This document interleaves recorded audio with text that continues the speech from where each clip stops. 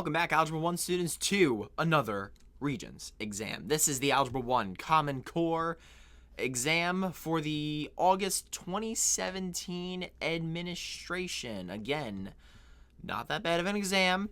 Could have been a lot worse.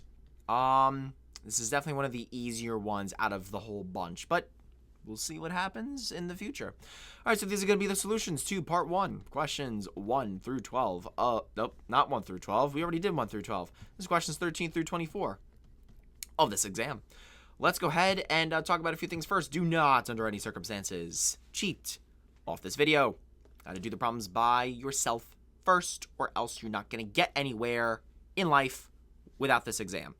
I know that sounds crazy, but you actually need to do well to graduate.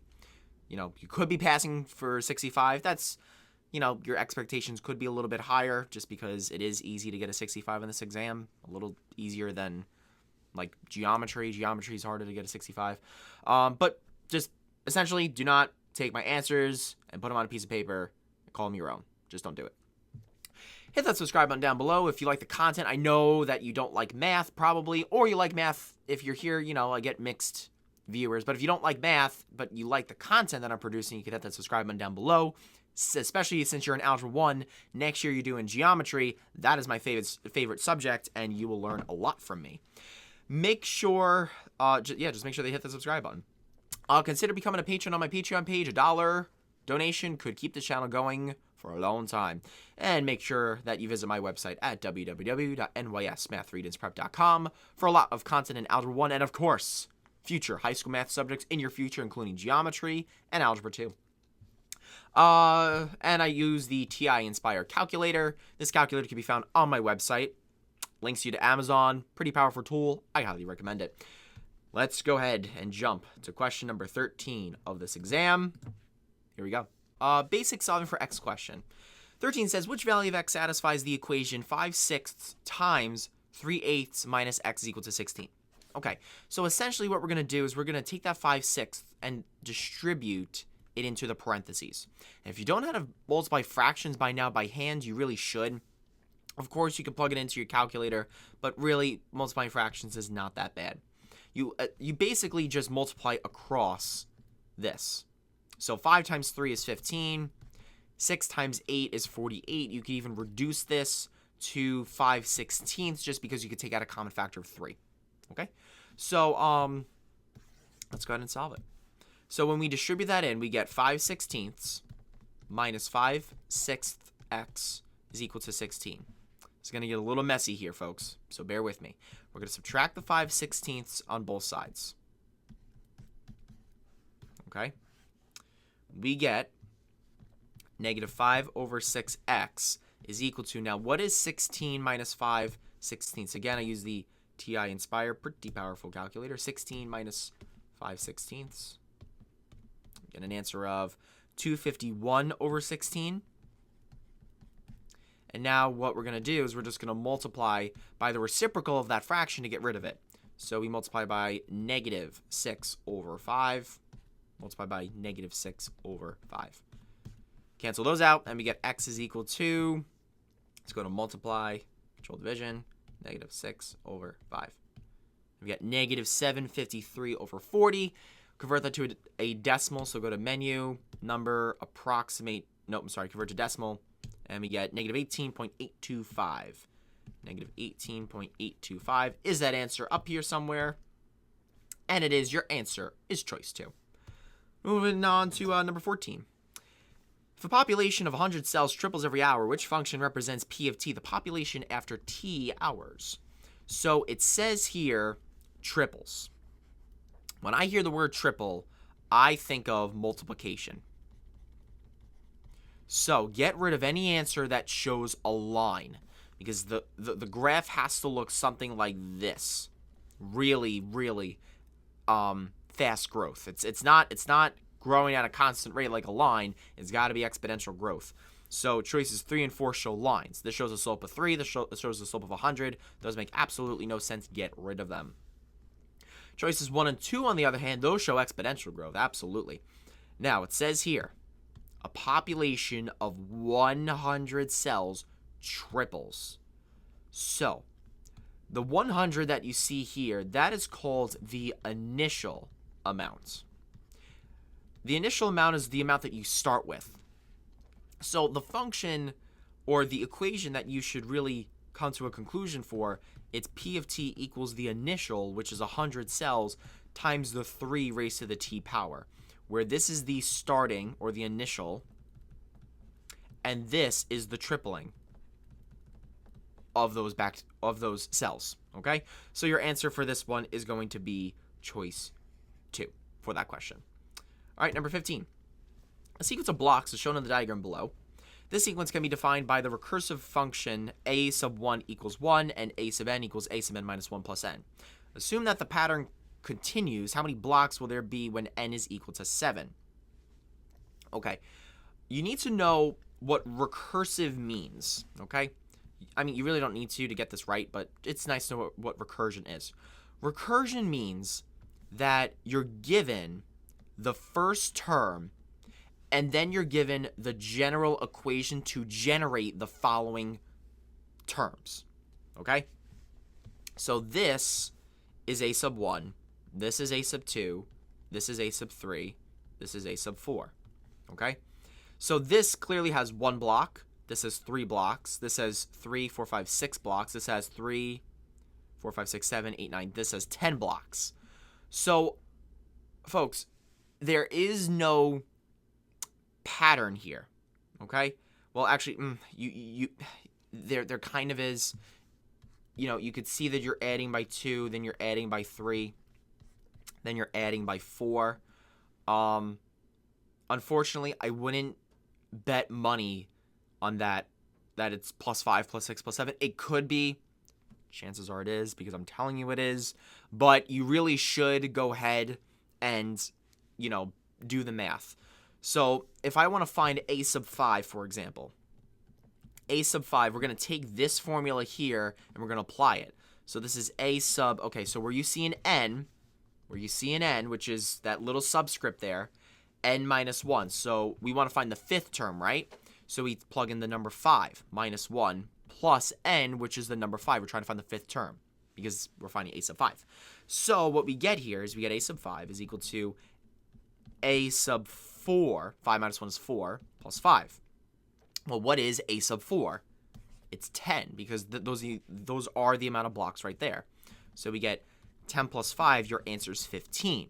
So that is a sub 5. So we know that a sub 5 is equal to 15.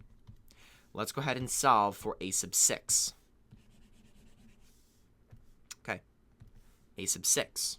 A sub 6 is equal to a sub 6 minus 1 plus 6. We get a sub 5 plus 6. Well, we have a sub 5. A sub 5 is now 15. So that's 15 plus 6. We get 21. So a sub 6 is equal to 21. Okay. Now we're finding the 7th term. The 7th term. So we get a sub 7 is equal to a sub 7 minus 1 plus 7. That gives us a sub 6 plus 7. That gives us, well, a sub 6 we know is 21. Add that 7, we get the number 28. Your answer is choice 3 for that question.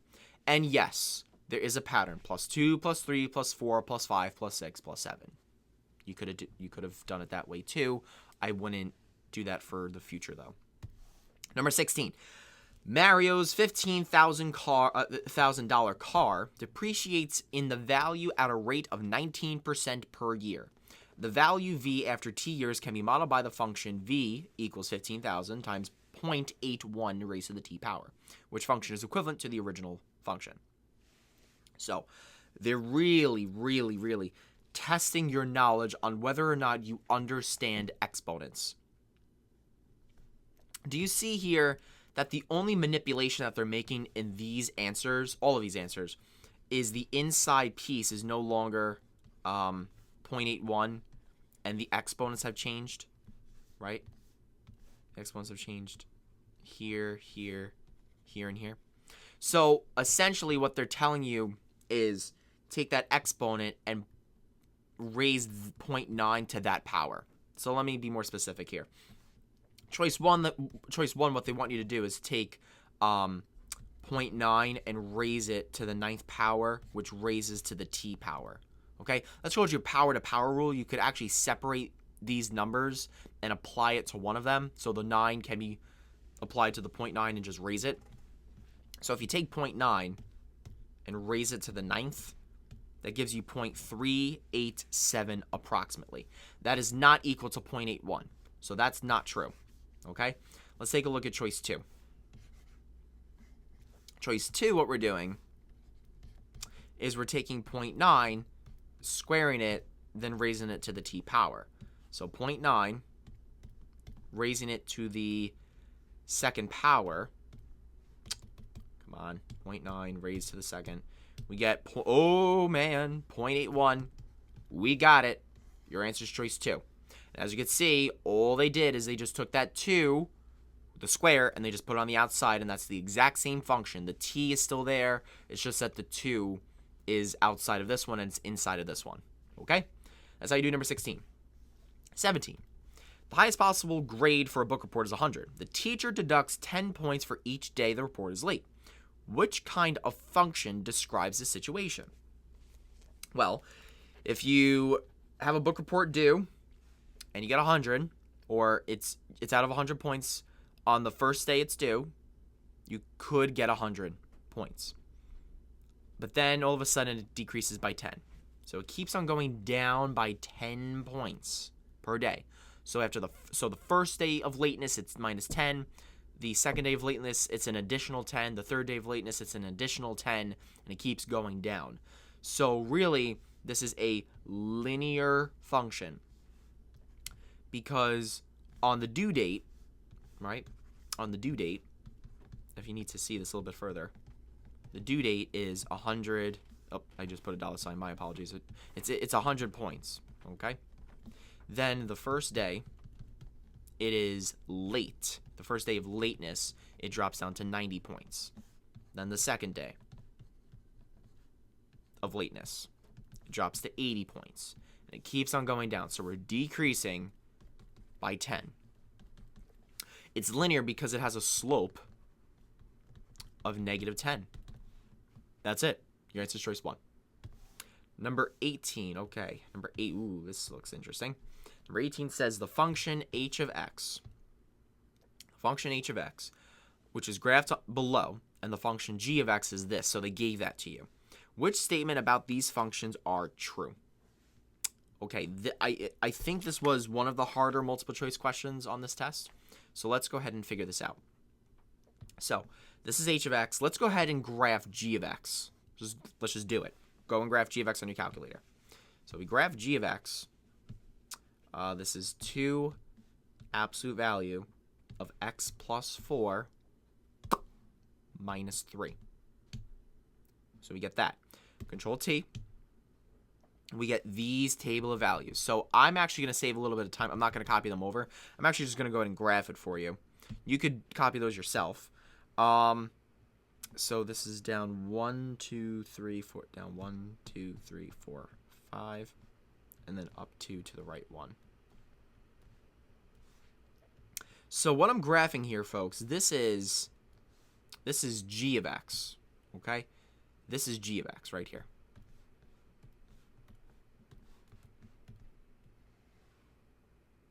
So we got that here, and we got that over here. So we got g of x, okay? Now, let's go ahead and figure out what they're saying here. Number 1 says g of x has a lower minimum value than h of x. In other words, it has a lower turning point, okay? Lower turning point. Is that true for g of x? Yes, it is. This is obviously lower than that one. So this is true. For all values of x, h of x, which is the black one, is less than g of x. Really? Really? This is higher. This is lower. For every single for every value of x. For every value of x, the pink is less than the green. Because if you extend these forever in this direction, it is not going to get greater than that. Okay? So that's incorrect. For any value of x, g of x is not equal to h of x. Does this intersect anywhere on the graph? No. So that is true. There's no value of x where these two things are equal. So your answer is choice 2. And if you're wondering why there's no values of x, it's because these have the same slopes. And you're going to learn this in geometry if you didn't learn it already. If you have two lines that have the same slope, they never intersect if they have different y-intercepts. Okay? So that's why choice 2 is the answer. Moving on to number 19. The zeros of the function f of x equals 2x to the third plus 12x squared minus 10x squared are what? So we need to do some cleaning up, people. First of all, we need to put these in descending power order.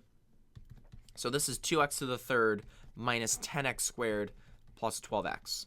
Okay? Now what we're going to do is we're going to apply our factoring method. Take out the greatest common factor. Then find the difference of two perfect squares. Then apply the trinomial method. Okay?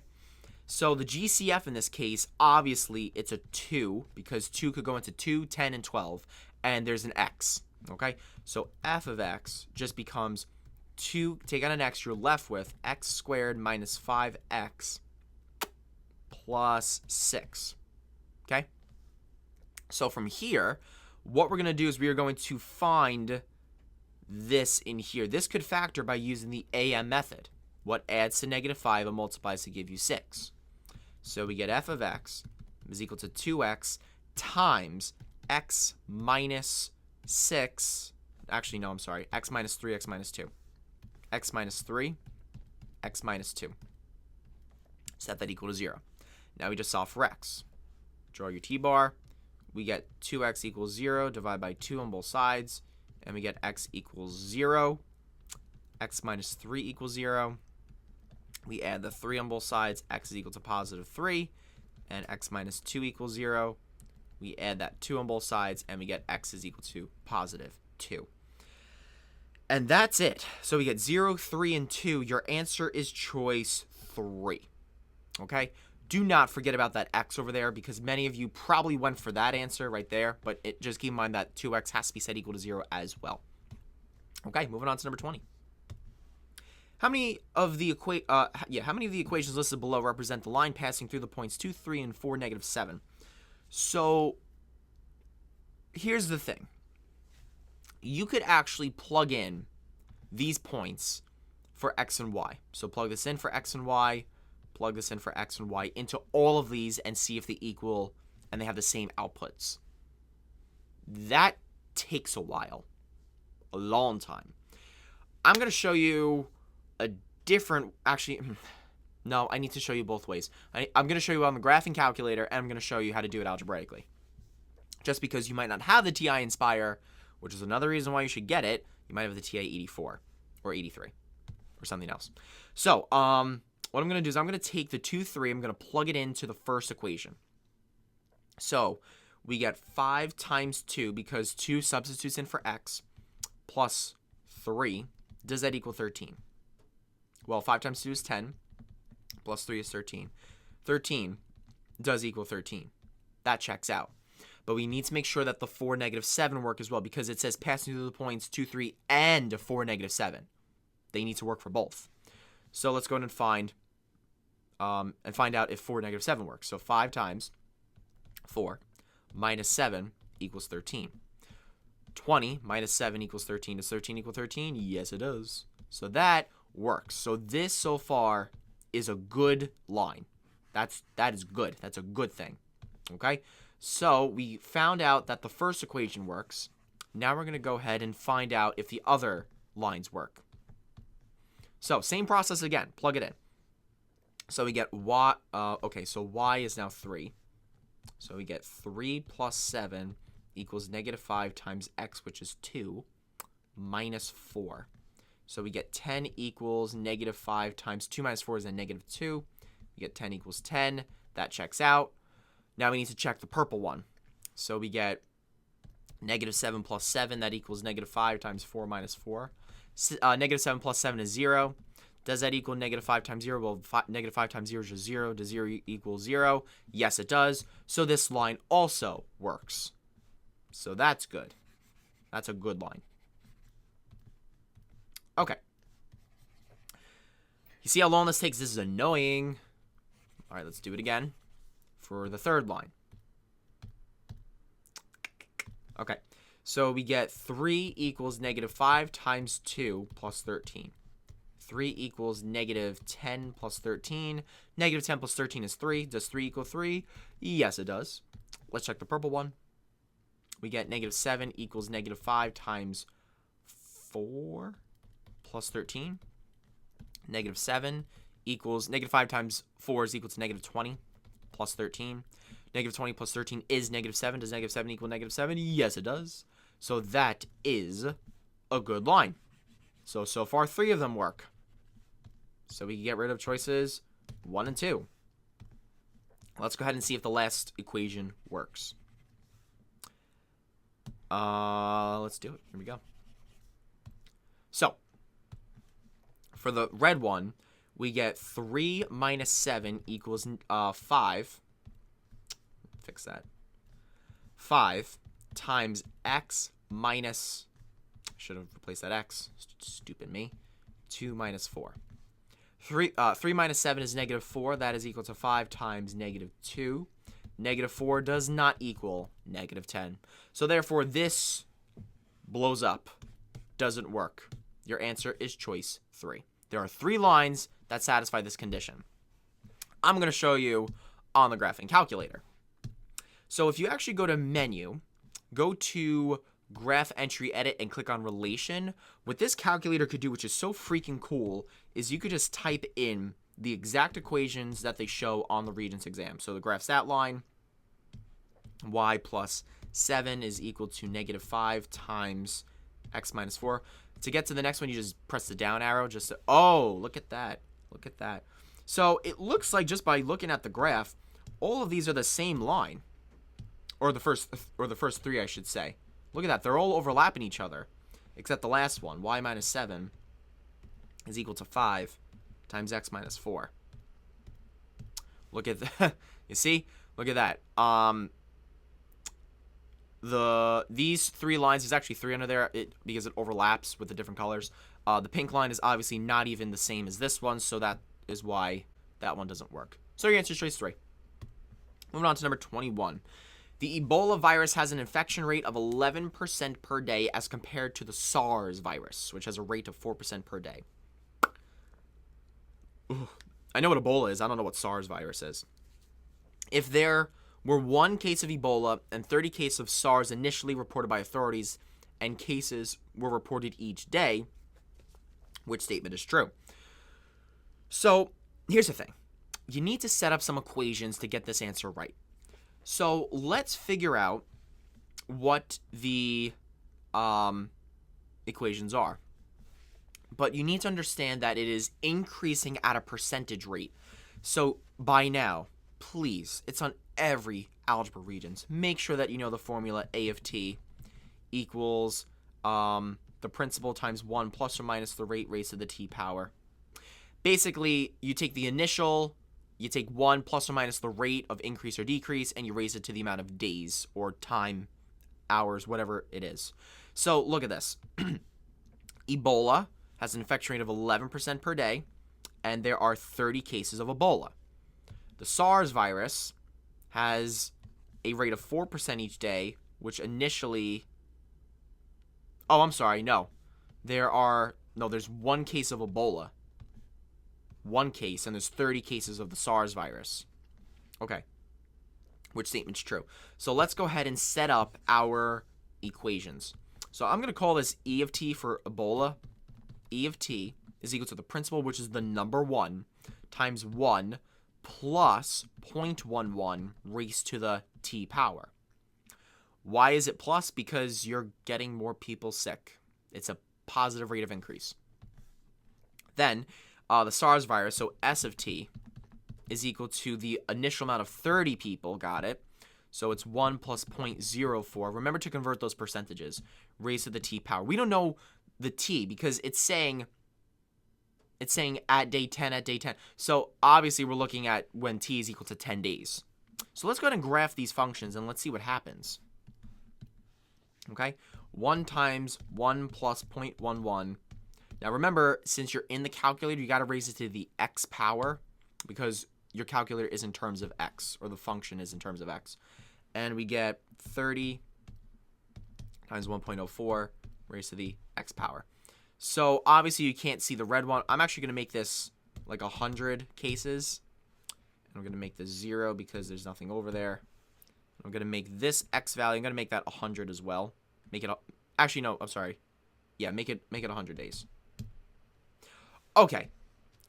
Look at this, folks. It looks like that the SARS virus, for however many days this section is, that the SARS virus is more infectious. Then all of a sudden the Ebola just takes off. There's the intersection point over there. It just takes off, and the Ebola becomes very, very widespread. So back to the question.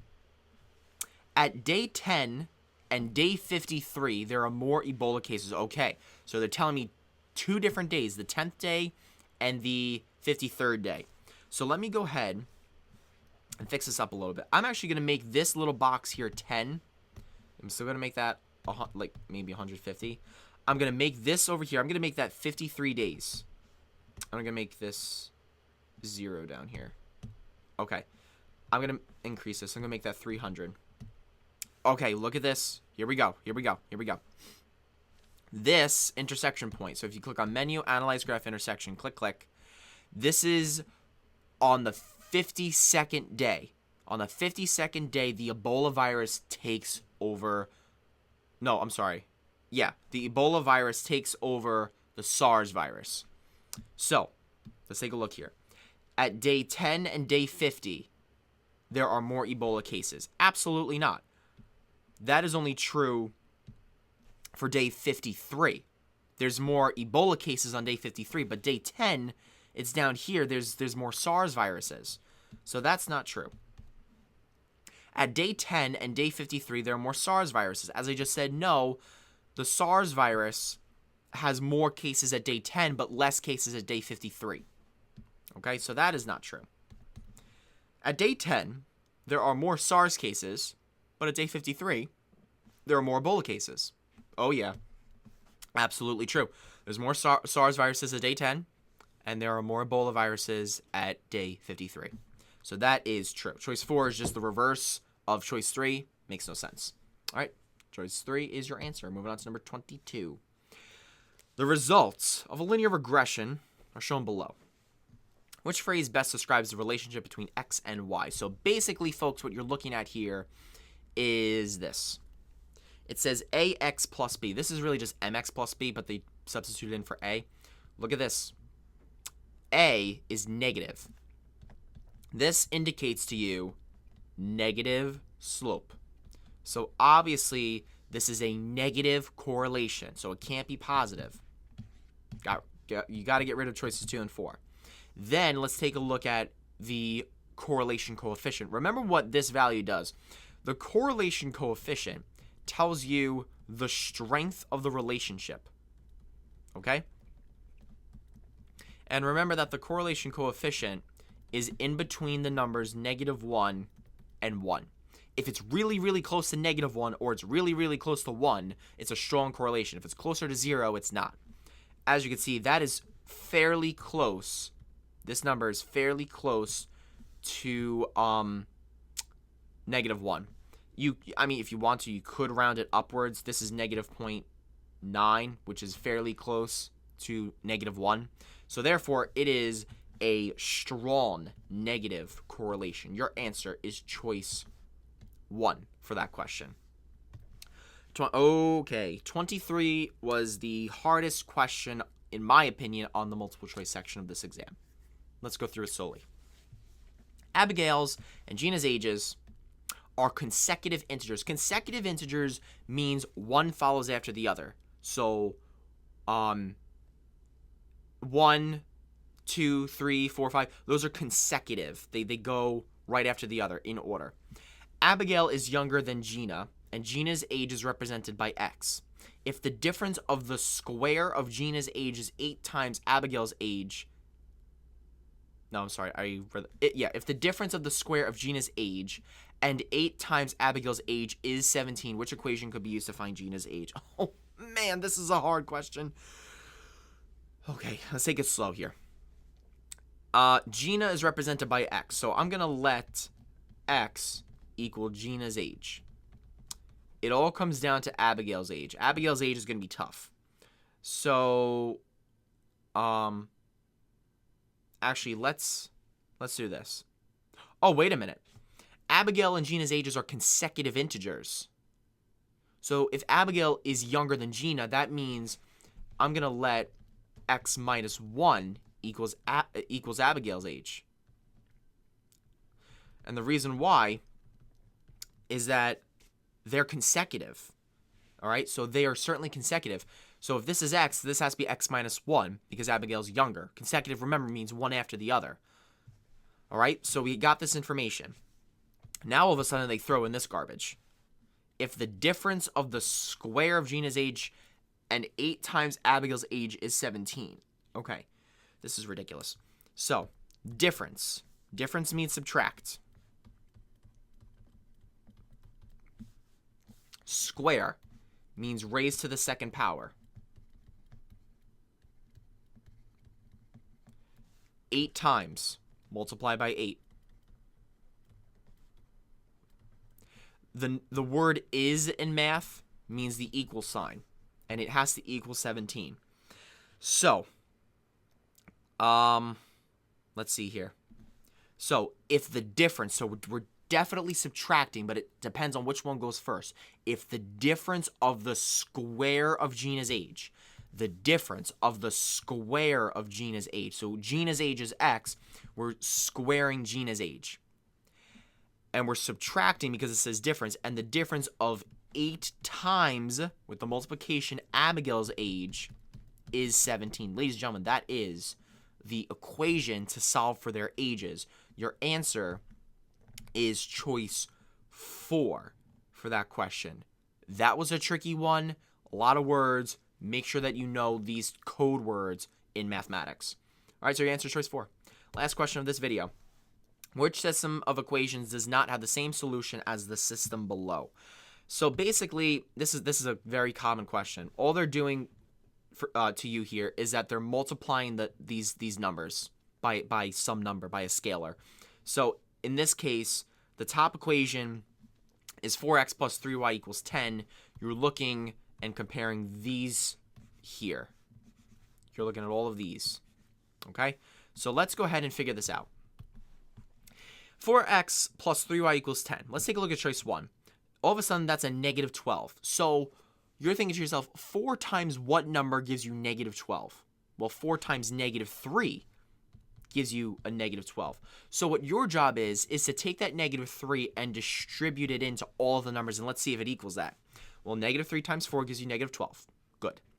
Negative 3 times 3 gives you negative 9. Good. Negative 3 times 10 gives you negative 30. Good. So far, that's a good answer. Let's take a look at the other one. So in this case, 4 times what gives you positive 20? Well, 4 times 5 gives you 20. So take the 5 and multiply it. 5 times 4 gives you 20. Good. 5 times 3 gives you 15. Good.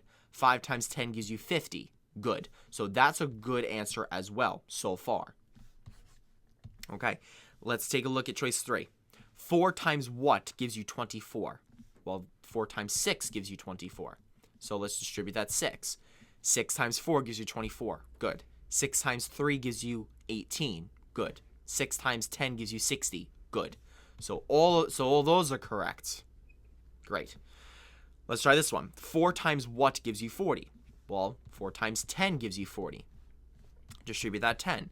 10 times 4 gives you 40. Good. 10 times 3 gives you 30. Good. 10 times 10 gives you 100. Good. So that works as well. Oh my God.